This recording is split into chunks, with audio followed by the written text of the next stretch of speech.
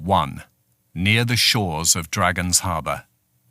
The spellcaster stood next to the frightened master of the Hearth-Fire Inn, his eyes fixed in a tight scrunch on the fist that held the cursed object that had caused many problems to the innkeeper's health already.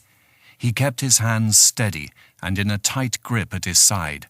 His hand looked as barbaric as it did alien, the only thing remaining being the sagging and decaying flesh hanging from rotten bone.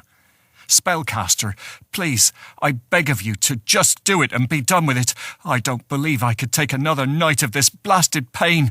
I feel as if I'm being eaten alive from the inside out, from some wretched foul beast." The spellcaster shot a glance towards the pleading man, whose urgent voice held a tone of knowledge to the outcome he would finally succumb to. It would serve the oaf right.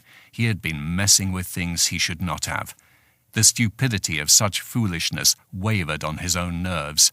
The best thing he could do was leave this cursed soul to his fate, which would surely teach the rest of them not to stick their long, money-hungry rich noses into things they had no knowledge or experience with.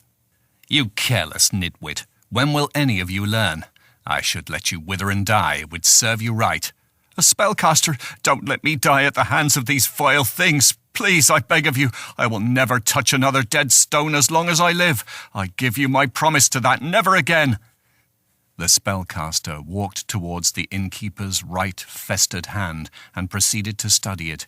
The flesh was nearly gone from the rot-stricken hand now. Another few minutes and the charred bones would disintegrate with it.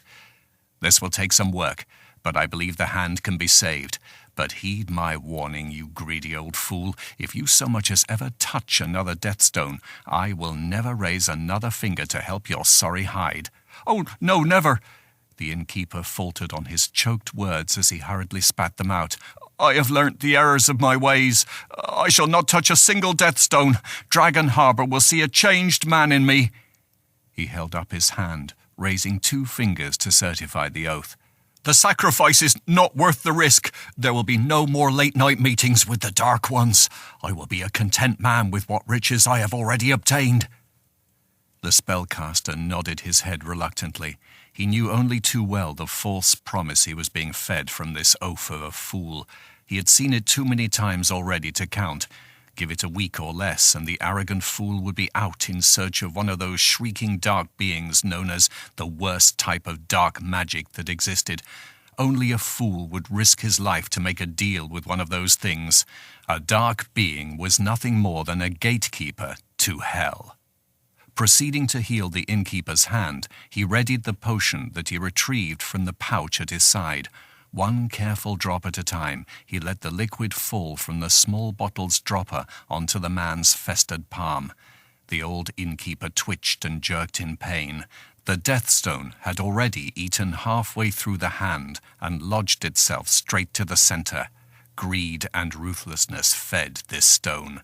In its victim, it had found a plenty and ample quantity of the greedy smorgasbord to sustain it. He let 2 more drops fall directly onto the stone itself before stepping away to stand directly in front of him.